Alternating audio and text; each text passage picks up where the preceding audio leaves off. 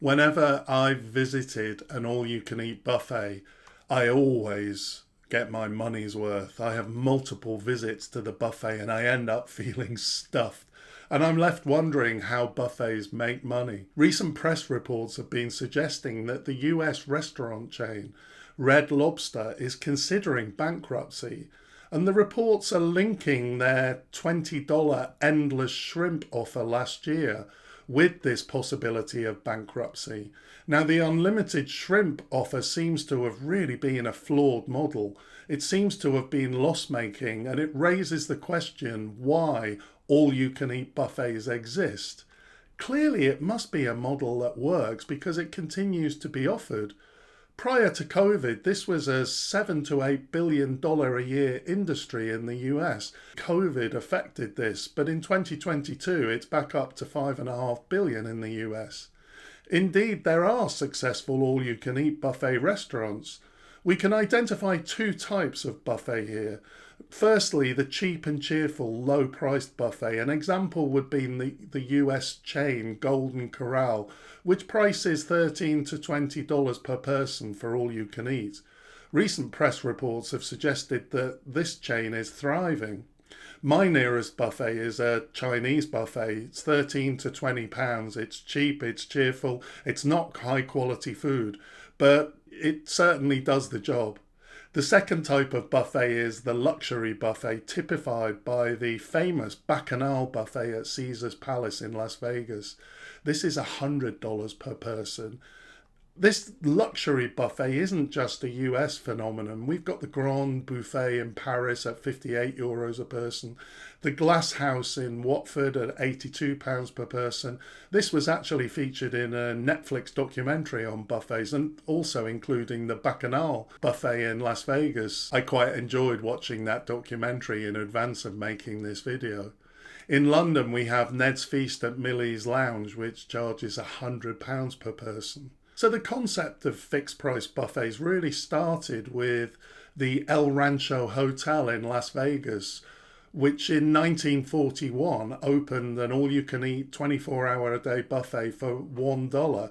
And this really took off. And so the concept of all-day, all-night buffets developed in Las Vegas. And the idea initially, I think, was to keep people in the casinos rather than them leaving to go and eat. They weren't necessarily profitable and they were seen as a loss leader to stop people leaving the casinos. But the concept has grown now into a standalone restaurant model. So from an economic perspective, we can ask the question, how can an all-you-can-eat buffet be viable? And we can distinguish here between the low-priced, cheap and cheerful buffet and the luxury, higher-priced buffets, because they are two different business models. The low-priced buffet can only work based on low-price ingredients, and the consumer psychology here is very much my attitude: eat as much as possible to get value for money. So the margins are very thin, and the restaurant can only really work on a high volume, quick turnaround basis. The higher priced buffets use more expensive ingredients, but the price is much higher, so they're much more profitable. The psychology of these restaurants is different, I think. The type of customer is less concerned with value for money. They're unlikely to pile their plate as high. The atmosphere is probably more relaxed and there's no need for the high volume. The margins are much higher. We're talking here about the concept of a flat rate price, and we can look a little bit at the economics of flat rate pricing. An example would be mobile phone contracts. Most people have a contract which gives them unlimited calls and unlimited data. And the truth is, this is often a bad deal. They'd be better off getting a lower data limit for a lower price. In the case of mobile phones, consumers are happy to pay a premium. There's a kind of payoff in bills being predictable. You can relax and not worry. But this is extremely profitable for the mobile phone companies because most consumers are probably using less data than they realize. We can think a little bit here about economic theory around the idea of average pricing. And the economist George Akerlof did some famous work on the used car market, where he recognized that the fact that there's asymmetrical information can cause a problem in the market. The seller knows the condition of a car, but the buyer doesn't. So the average price for a particular brand reflects the average quality. But what happens in that case is the sellers of above average quality cars withdraw from the market and the average price falls. So for the market to exist, the higher quality cars have to signal their higher value. And sellers do this through things like guarantees, but the insurance industry has a similar problem. But it's the purchaser that has the information on their health. And the industry finds ways to vary premiums according to the risk. So potentially every customer pays a different price according to their risk profile. So with buffets, the risk is that the customer will eat more than the average. Basically eat the margin, eat the profits. And there's no way for the restaurant to be able to assess this risk in advance, to know how much someone will eat in advance of them turning up at the restaurant. So they have to ensure that overall the price is greater than the average cost of food eaten by the typical person in order to ensure viability.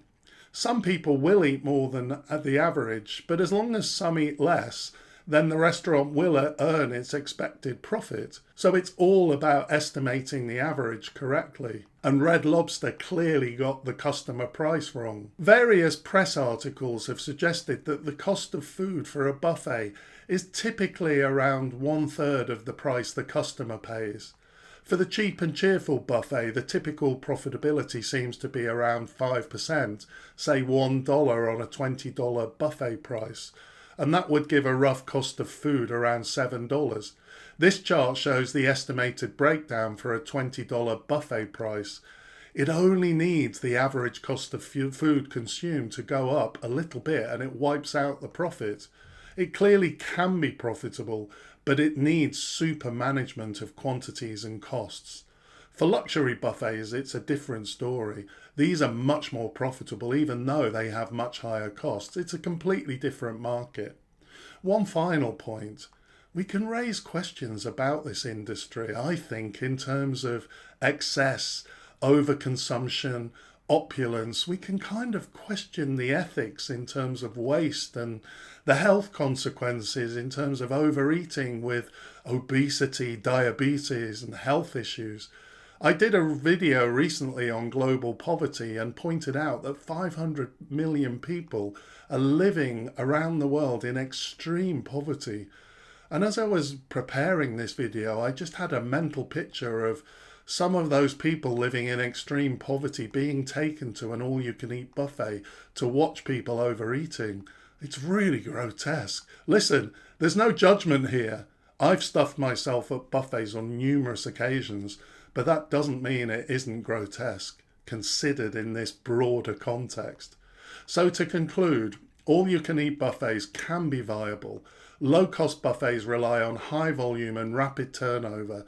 They rely on using inexpensive ingredients to maintain profitability.